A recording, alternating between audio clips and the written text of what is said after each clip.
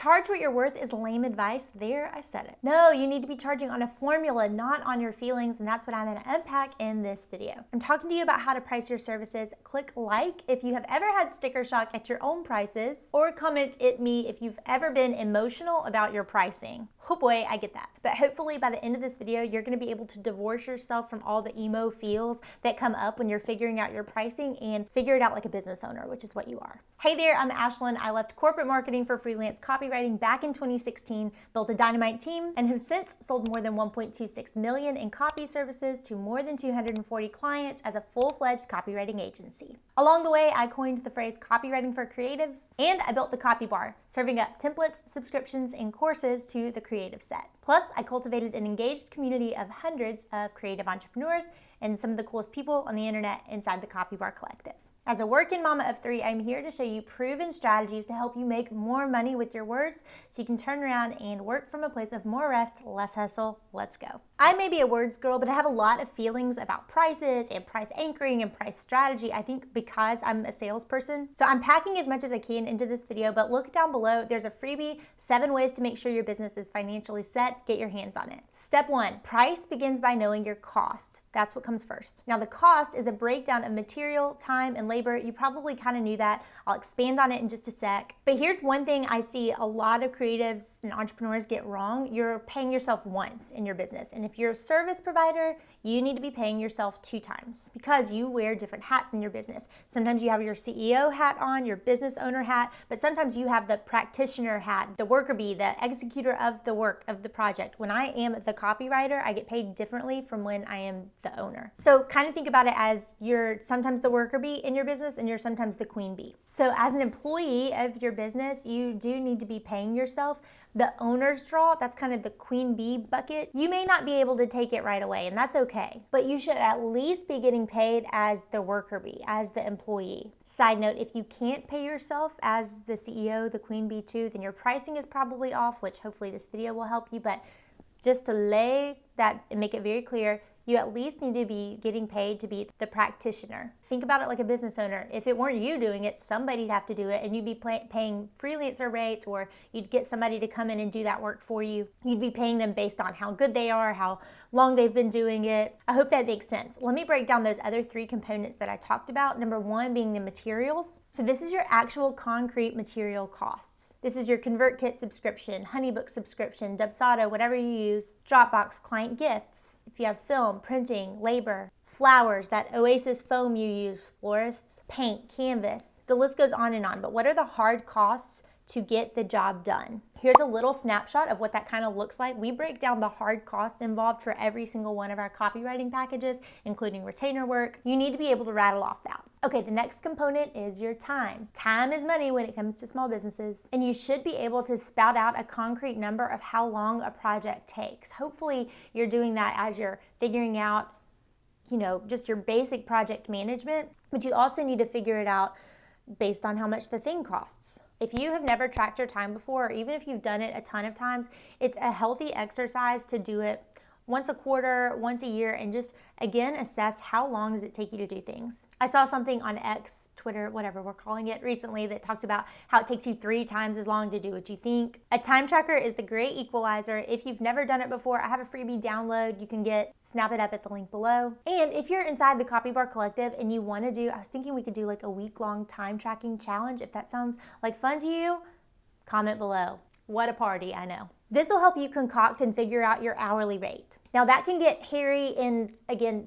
probably too detailed for this video, but that gives you a little number. What would a freelancer, what would Susie Q on the internet charge you to do the job for that number of hours, or a job that took that amount of time? Okay, the last piece of this little pricing trifecta that comes into play is demand. Economics 101. Demand goes up, the price goes up. It's why eggs are expensive at the grocery store right now. Now, hopefully this number will grow as your brand awareness increases and as you become more of a name in your industry and your clientele grows and your skill set grows. But this right here is why I get really frustrated with that internet advice, charge what you're worth.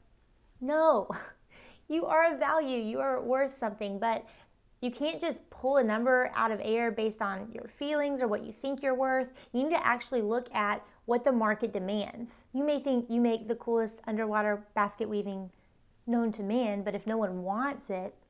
You also probably want to increase your prices if about 70% of people, for a service provider, if 70% of your people are saying yes, if you're filling all your spots, these are little clues that you could up your price a little bit. I did a complete episode and video on that I'll link below. So the two takeaways from this first piece that I want you to remember are you get paid twice. Sometimes you're the worker bee in your business because if you weren't doing it, somebody else would. And then sometimes you're the owner of the business, you're the queen bee. And you should track your time. That brings me to part two, how do you price your time?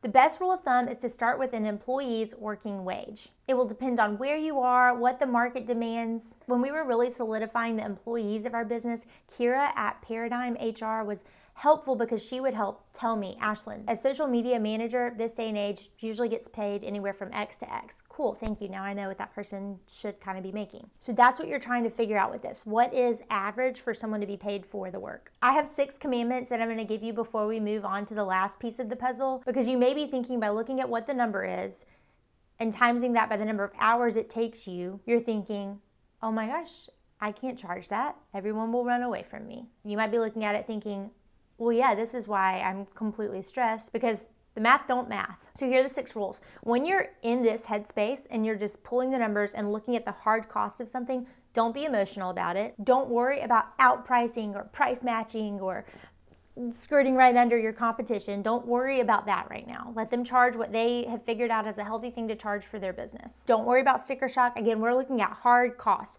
What does the thing cost? What does it cost to make it? Don't be tempted to cost down because it's fun work. I love what I do, or it's so easy for me. It comes naturally. Yep, doesn't matter. It still costs what it costs, even if you could do it with your eyes closed, blindfolded behind your back. Don't apologize. It is what it is. Own it. And this is a business owner conversation. This is the ops team. The marketing department, part of your brain, is not invited to the meeting. Don't be thinking right now how you're going to pitch this, how you're going to position it, how you're going to sell it, how you're going to price anchor it. We are just looking at nuts and bolts and how much things cost to get out of the door. So once you know your time and how many hours it takes to go towards the project, then that means you can find out the hard costs, because the hard cost will be your materials, all those software and little pieces of the puzzle that are usually physical, plus your time. That's the hard cost. You need to at least charge this to break even. All right, you found your break even. The last piece, there will obviously be some kind of upcharge. Death and taxes, baby. I learned this tip from Shana when I was inside the blueprint model. For service providers, your hard cost should be about 40-ish% of what you charge. I just freaked a lot of people out by saying that.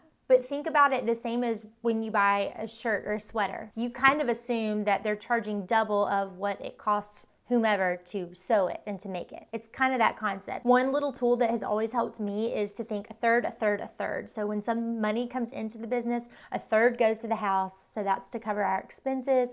A third goes to Uncle Sam, that's what can be socked away and put over for taxes, for savings, and then a third can go to you, the owner. That's rough, but that mentality helps you see that when money comes in, it is not a windfall and it has to go somewhere. So you need to be charging appropriately so it comes back like that. Okay, I hope that helps. In this video, I'm not talking about selling and packaging your services. Those are the things I obviously adore talking about as a copywriter, but let me throw in a few extras here. Copywriters, this is where we shine. Marketing is allowed back into the chat conversation now. You gotta get 3 things right as you're taking this price that's come in and moving it out into the market. The first thing you need to get right is the packaging and the container. You know how when you see a course that costs $97, you have certain expectations about it, and when you see a course that costs $2,000, you have certain expectations about that and you expect a certain level of care. It could be the same curriculum or concept, but it's packaged in 2 different ways, and so the price can be different. I've talked about day rates before and done an episode on VIP days. You could pack your whole 8-week thing into a breezy 8-hour day, not breezy actually, but for the client, it would be really nice for them, right? Or you could extend it out and have it more custom. The container of something matters. And so once you know the price of something, you can then consider, okay, what kind of container would be best for this package? The second thing, you want to get the marketing and the positioning of it right. Language here. When we launched the Copy Bar Collective for the first time, we used language like founding member, pilot program. I didn't say beta test this, but that's what y'all were doing. This isn't being sneaky. This is using language that explains what something is. The third thing you want to do is get the sales argument and the marketing of it right. So you're going to get the packaging container right, you're going to get the positioning and the message right, and then you're going to get the marketing and the whole pitch of it right. If you've never seen the video that I've done before on how to lawyer up in your copy, it's a concept I talk a ton about, like ad nauseum inside Copywriting for Creatives, our premier program. Basically, it's your job as the business owner to explain the value in a way that price anchors in the head of the consumer what they're going to get. You help them come to a conclusion about the price. And I need to stop the video right here because now I could go into all my feelings on sales copywriting. I have a lot of them. But that's it. You just learned how to price yourself based on the trifecta of what goes into a price, because it is a formula, not a feeling. Be sure to go to aw.inc/blueprint so you can get your seat, as Shanna and I are going to go a little bit more into depth about how you can figure out your pricing and your business budget. And be sure to watch the next video I have for you. I'm unveiling the 23 different analytics that I track as a copywriting business to ensure my business is growing. Thanks as always for watching, and I'll see you in the next video.